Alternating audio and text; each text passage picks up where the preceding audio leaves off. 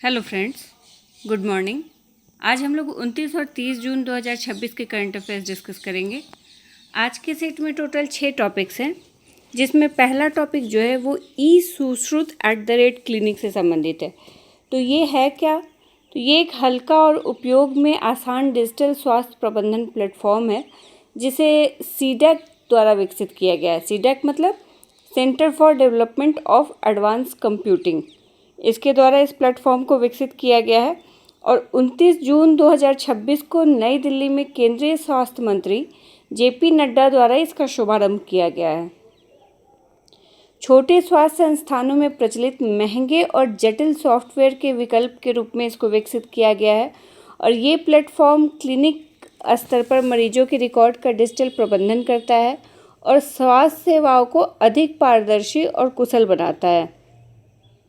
ये प्रणाली मरीजों का पंजीकरण, बिलिंग प्रबंधन, सूचना प्रणाली रिपोर्टिंग जैसी जो नियमित प्रक्रियाएं हैं, इन सभी को स्वचालित बनाता है और इसके अतिरिक्त इसमें स्पीच टू टेक्स्ट दस्तावेजीकरण और क्लिनिकल डिसीजन सपोर्ट सिस्टम जैसे आधुनिक सुविधाएं भी हैं, जो चिकित्सकों को तेज़ी से कार्य करने और बेहतर चिकित्सकीय निर्णय लेने में सहायता प्रदान करती है। तो इसको किसके द्वारा लॉन्च किया गया है? केंद्रीय स्वास्थ्य मंत्री जेपी नड्डा द्वारा 29 जून 2026 को नई दिल्ली में। नेक्स्ट टॉपिक भारत टैक्सी सेवा से संबंधित है। तो केंद्रीय गृह एवं सहकारिता मंत्री अमित शाह ने हाल ही में गुजरात के गांधीनगर स्थित महात्मा मंदिर में भारत टैक्सी सेवा का शुभारंभ किया है। इसे भारत की पहली सहकारिता आधारित ड्राइवर स्वामित्व वाली राइड हेलिंग सेवा के रूप में प्रस्तुत किया गया है और इसको लॉन्च करने का उद्देश्य क्या है? तो ड्राइवरों को आर्थिक रूप से सशक्त बनाना, बिचौलियों पर निर्भरता कम करना और सहकारिता के माध्यम से रोजगार एवं आजीविका को मजबूत करना। तो इस उद्देश्य से ये भारत टैक्सी सेवा को शुरू किया गया है। और जैसा कि अन्य ऑनलाइन टैक्सी प्लेटफॉर्म में होता है कि ड्राइवरों से कमीशन वसूली किया जाता है, तो यहाँ पर कोई कमीशन नहीं लिया जाएगा। ये जीरो कमीशन मॉडल है, जिसके तहत चालक अपनी पूरी कमाई अपने पास रख सकेंगे। इसके अलावा सेवा से जुड़े सारथियों को बीमा, ऋण सुविधा और पेंशन संबंधी जो लाभ हैं वो भी उपलब्ध कराए जाएंगे। और भारत टैक्सी सेवा की शुरुआत गुजरात के 14 प्रमुख शहरों से की गई है, जिसमें अहमदाबाद, सूरत, वडोदरा और राजकोट जैसे प्रमुख शहर शामिल हैं। सरकार का लक्ष्य है कि लॉन्च होने के 1 महीने के भीतर इस सेवा का विस्तार पूरे राज्य में किया जाएगा। ये जो सेवा है ये सारथी ही मालिक मॉडल पर आधारित है। जैसा कि आपने ओला उबर में देखा होगा कि गाड़ी कंपनी की होती है और चलाता कोई ड्राइवर है, तो उसको हर ड्राइव पे अपने मालिक को निश्चित कमीशन देना होता है।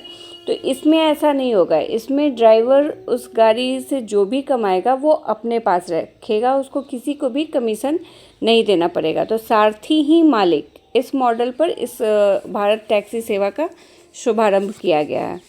कहाँ किया गया है ये ज़रूर याद रखिएगा। गांधीनगर में किया गया है, महात्मा मंदिर में। नेक्स्ट टॉपिक अक्षय से संबंधित है। ICGS अक्षय, इसको हाल ही में भारतीय तटरक्षक बल ने गोवा के वास्को स्थित गोवा शिपयार्ड लिमिटेड में औपचारिक रूप से शामिल कर लिया है। ये 52 मीटर लंबा स्वदेशी पोत अदम्य श्रेणी का चौथा जहाज है, जिसे आत्मनिर्भर भारत और मेक इन इंडिया पहल के तहत विकसित किया गया है। इसकी प्रमुख विशेषताएं देख लेते हैं, क्या क्या विशेषताएं हैं इसकी। तो ये एक आधुनिक फास्ट ट्रैक पेट्रोल वेसल है, जिसे विशेष रूप से भारतीय तटीय क्षेत्रों में तेज गति से गश्त और सुरक्षा अभियानों के लिए डिज़ाइन किया गया है। इसमें 65% से अधिक स्वदेशी सामग्री का उपयोग हुआ है और इसकी सबसे महत्वपूर्ण विशेषता जो है वो है कंट्रोलेबल पिच प्रोपेलर आधारित प्रणोदन प्रणाली।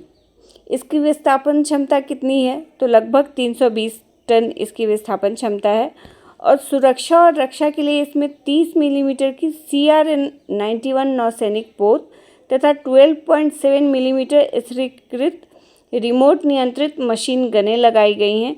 ये हथियार समुद्री गश्त, तस्करी विरोधी अभियानों तथा अन्य सुरक्षा कार्यों के दौरान प्रभावी सुरक्षा प्रदान करेंगे। तो इसको भारतीय तटरक्षक बल में शामिल कर लिया गया है ICGS अक्षय। नेक्स्ट टॉपिक, प्रधानमंत्री नरेंद्र मोदी को एक और देश का सर्वोच्च सम्मान प्राप्त हुआ है अभी हाल ही में। अभी वो सेशेल्स की यात्रा पे थे 27 से 29 जून तक। तो इस यात्रा के दौरान उनको वहाँ पे guardian of the blue horizon सम्मान से सम्मानित किया गया है। ये सम्मान सेशेल्स का प्रेसिडेंशियल डिस्टिंक्शन है और इसे पर्यावरण संरक्षण, सतत विकास तथा समुद्री संसाधनों के संरक्षण में उत्कृष्ट नेतृत्व के लिए प्रदान किया जाता है। और ये पहला अवसर है जब सेशेल्स ने ये प्रतिष्ठित सम्मान किसी व्यक्ति को दिया है। इससे पहले किसी व्यक्ति को ये सम्मान नहीं दिया गया था। प्रधानमंत्री के सेशेल्स यात्रा के दौरान दोनों देशों ने कई महत्वपूर्ण समझौते और सहयोगात्मक पहलों की भी घोषणा की है।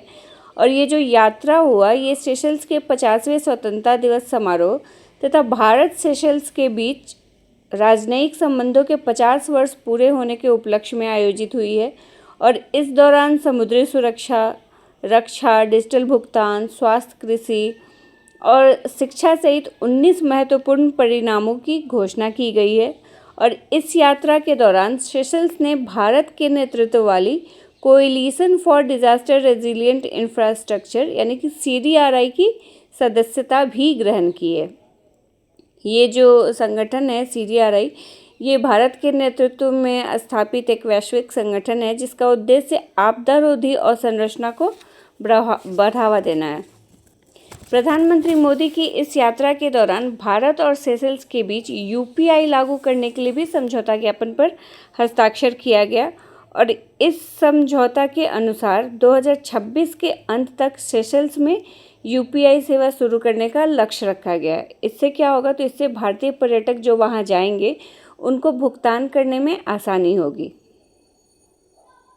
नेक्स्ट टॉपिक भारत सरकार के एक अभियान से संबंधित है। तो भारत सरकार ने एनीमिया की रोकथाम, पहचान और निगरानी तथा प्रभावी उपचार को मजबूत बनाने के उद्देश्य से 29 जून 2026 को एनीमिया मुक्त भारत अभियान के नए परिचालन दिशा निर्देश जारी किए हैं। ये एक बहुराष्ट्रव्यापी सार्वजनिक स्वास्थ्य कार्यक्रम है जिसका उद्देश्य प्राथमिकता वाले जनसंचार समूहों में एनीमिया की रोकथाम, समय पर जांच और प्रभावी उपचार सुनिश्चित करना है। इस संशोधित अभियान में पहले की 6x6x6 रणनीति की जगह अब 7x7x7 रणनीति अपनाई गई है। इसका मतलब है 7 लाभार्थी समूह, 7 प्रमुख हस्तक्षेप और 7 संस्थागत तंत्र शामिल किए गए हैं इसमें। इस रणनीति के तहत 0 से 6 माह तक के शिशुओं को 7वें लाभार्थी समूह के रूप में जोड़ा गया है, क्योंकि जीवन के शुरुआती महीनों में हीमोग्लोबिन विकास और शारीरिक वृद्धि अत्यंत महत्वपूर्ण होती है। इसके अलावा ईटिंग राइट को 7वें हस्तक्षेप के रूप में शामिल किया गया है, जिसमें आयरन युक्त खाद्य पदार्थों और विविध पोषण युक्त आहार के नियमित सेवन को बढ़ावा देने पर विशेष बल दिया गया है।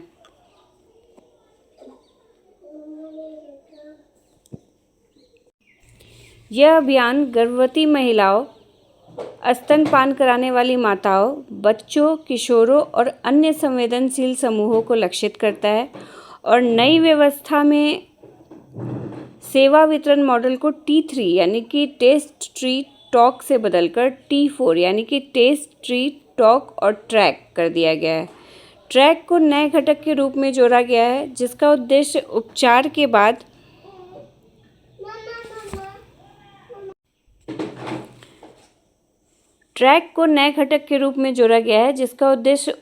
के बाद लाभार्थी की नियमित निगरानी, फॉलोअप और सेवाओं की प्रभावशीलता सुनिश्चित करना है।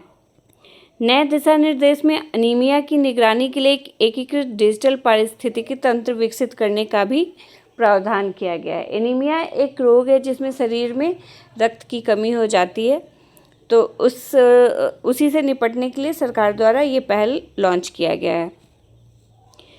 नेक्स्ट टॉपिक रिमपैक अभ्यास से संबंधित है। तो विश्व के सबसे बड़े बहुराष्ट्रीय सैन्य अभ्यास रिम ऑफ द पैसिफिक 2026 यानी कि रिमपैक 2026 की शुरुआत 24 जून 2026 को हुई थी और ये 31 जुलाई 2026 तक आयोजित किया जाएगा।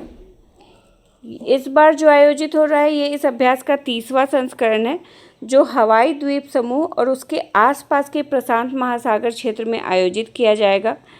इसमें 30 देशों के लगभग 30 युद्धपोत, 5 पनडुब्बियां, 15 राष्ट्रीय थल सेनाएं, 206 से अधिक विमान और 30,000 से अधिक सैन्यकर्मी भाग ले रहे हैं।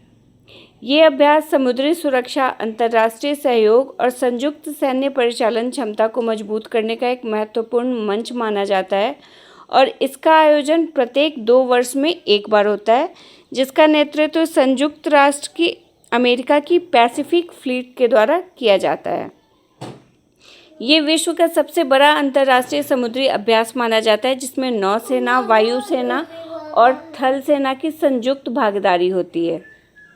तो ये हमारे आज के टॉपिक्स थे। मिलते हैं नेक्स्ट डे।